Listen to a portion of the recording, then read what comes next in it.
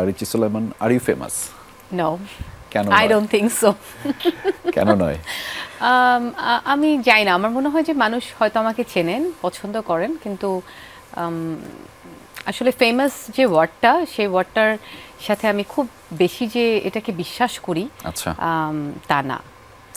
কিন্তু আমরা একটা ক্লারিফিকেশন দিয়েছিলাম এই আয়োজনের শুরুতে। আমরা বিশ্বাস করি মানুষ, এই পৃথিবীতে প্রত্যেকটা মানুষ অসাধারণ তার কাজের কারণে। তার যে কাজটা তিনি দিন শেষে করেন সেটির যে প্রাপ্তি যেটি আছে সেইটুকুর জন্য আসলে অসাধারণ, এবং দিন শেষে কাজটাই আসলে থেকে যায়। আজকে রিচি সুলাইমানকে আমরা যেই কারণে চিনি, তার কাজের জন্যই চিনি। তার যে জনপ্রিয় কাজগুলো সেগুলো আমাদেরকে আন্দোলিত করে, ফলে সেই কারণেই চিনি। ফলে আমরা তো বিশ্বাস করতেই পারি যে রিচি সুলাইমান ফেমাস। তাহলে হচ্ছে যে এটা আমি ফেমাস, এটা তোমরা বলবা, আমি না। আমাদের সেই ফেমাসের যে ধারাটা এবং প্রয়াসটা, সেটি আসলে অব্যাহত থাকেন, এবং যারা পিছন থেকে সেটির কলকাঠি নাড়েন সেটির মধ্যে অন্যতম কারিগর হচ্ছে চয়নিকা চৌধুরী।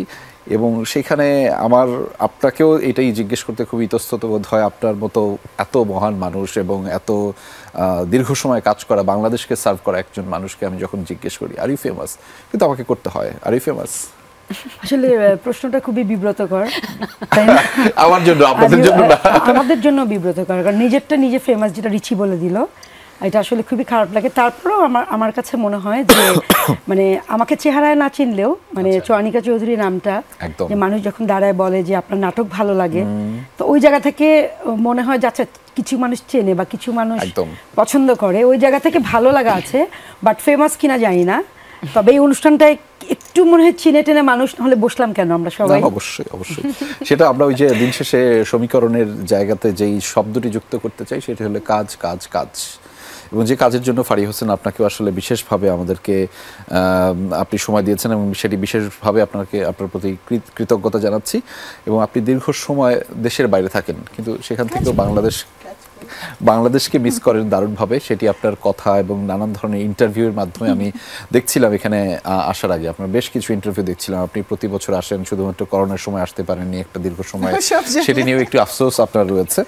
তবে এই যে প্রতি বছর আসেন বাংলাদেশকে মনে করে, বাংলাদেশের মানুষদেরকে ভালোবেসে, এবং দিন শেষে আপনি একটা ইন্টারভিউতে বলছিলেন যে আপনি এখানকার সকল কাজগুলো দেখেন, ফলে সেটি যে বাংলাদেশের প্রতি ভালো লাগা এবং এই সেক্টরটা বিশেষ করে সেটির প্রতি আলাদা ভালোবাসার প্রয়াসটা আপনার মাধ্যমে জানতে চাই। কিন্তু এত সবকিছুর মধ্যেও নিজেকে কখন মনে হয়েছে আর ইউ ফেমাস? আচ্ছা, আমি ওদের বিনয় দেখে আমার মনে হলো আমি ওই বিনয়ের রাস্তায় চলবো না। ও খুবই জনপ্রিয় এবং গুণী অভিনেত্রী, she is a brand name. একদম। এখন ওরা বিনয় করলে আমার মনে হয় আমি স্ট্রেইট বলি, আজকে মনে হচ্ছে আমি ফেমাস, নাহলে এই অনুষ্ঠান ডাকতো না। But on the other side, যদি অন দ্য সিরিয়াস নোট বলি, আমার কাজ হ্যাজ বিন লাভড। মানুষ মোটামুটি চেনে, বিশেষ করে এই সেক্টরের মানুষরা আমাকে ভালোবাসে। I been celebrated, recognised.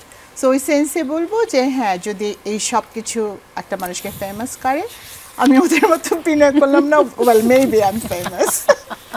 তোমাদের বিনয় দেখে আমার মনে হলো লেটস নট ডু ইট।